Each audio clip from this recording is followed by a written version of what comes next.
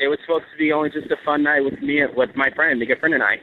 I went into the theater, grabbed a seat, which ended up to be, I was sitting in the second row, probably 4 seats away from the right aisle where people usually enter from. Another guy walked in after me, sat in front of me in the front row, probably to the far right seat, and I noticed he got a phone call. Most people, when they get phone calls, they would take it out into the lobby, but this person directly went to the emergency exit. And on the phone the entire time, he was propping the door open with his foot, and he was it looked like he was directing somebody to come towards his direction. And I didn't think anything of it at first, but after a while, once the movie started and my friend and I got situated, about 15, 20 minutes into the film, the back emergency door swung right open. I walked into the theater, probably 5'8", 5'9", wearing all black, and he was wearing a gas mask, all suited up in armor. It had a rifle around his neck, and he threw a canister into the audience behind me. And come to find out, once it exploded, it was a toxic gas. I wasn't too sure if it was tear gas, but either way, it was really hard to breathe in. Immediately, I went to the floor after it exploded, and then gunshots started taking place into the auditorium. Corbin, let me interrupt you, and I hope you can hear me. I know it sounds like there's a lot of wind, a lot going on where you are, but you mentioned somebody sitting in the far right seat in the theater. The person on the phone goes to take the call at the exit door. Did they have the same build as the gunman? What are you saying? Do you think these are two different people or the same person? I'm sorry, one more time.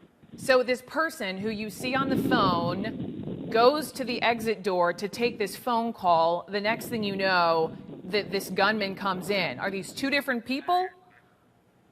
If I'm making out what you're saying, yes, the person inside of the theater, yes, he went towards the emergency exit on a phone call, and it looked like he was directing somebody or looking for somebody to come to his specific location towards the back of the auditorium.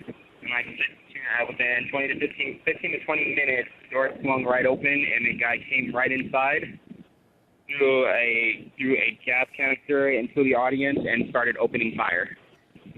Corbin, I'm going to keep this conversation going, even though it's tough for you to hear me and vice versa, but this is so important. Do you remember what part of the movie was playing when this guy walks in, head-to-toe armor and a gas mask? Do you remember what scene was playing? The part of the movie that had happened was after Bruce Wayne was getting robbed by Catwoman. And then the movie was still playing for probably about 10, 15 minutes more, I'll say 10 minutes, and then the movie shut off, but the lights inside the auditorium were still dark. So it was kind of hard to see where the guy was or if he was still inside the auditorium, and it made things a little difficult to try to make our way out. Did he scream anything? Was he shouting anything? Or was it all quiet? Sorry? He didn't shout anything. He didn't say anything. He didn't make any gestures of anything. He was completely quiet. He was completely quiet. Did you understand? I mean, did you think it was? I understand. I mean, a lot of people thought that this was, just part of the shtick, part of the movie, the gas. Obviously, I even thought that. Yeah, obviously, you realize very quickly when you start seeing people hitting the ground that this is very, very real. How did you get out of the theater? As soon as the gas canister went off, I immediately went to the ground. And I started to crawl my way out. And as I was crawling through the second row to get to the other side, I could feel the shells of the bullets that were coming out of his rifle hitting the ground, coming up under the seats, and burning me in the legs. I could feel it. How are you now, physically? I'm doing a lot better now. I'm definitely not going to recover from this overnight. It's going to take a little time, probably somebody to talk to help me understand what just happened. Yeah, and we just heard the news conference. They're making folks available, as this is not something you just sort of pop back from. This is a horrendous experience for people to have to deal with. Final question. It's been 12 hours. What's the one thing that if you close your eyes, the one thing that you just keep seeing over and over and over? The first main thing I keep seeing over and over and over is the first moment that guy walked in.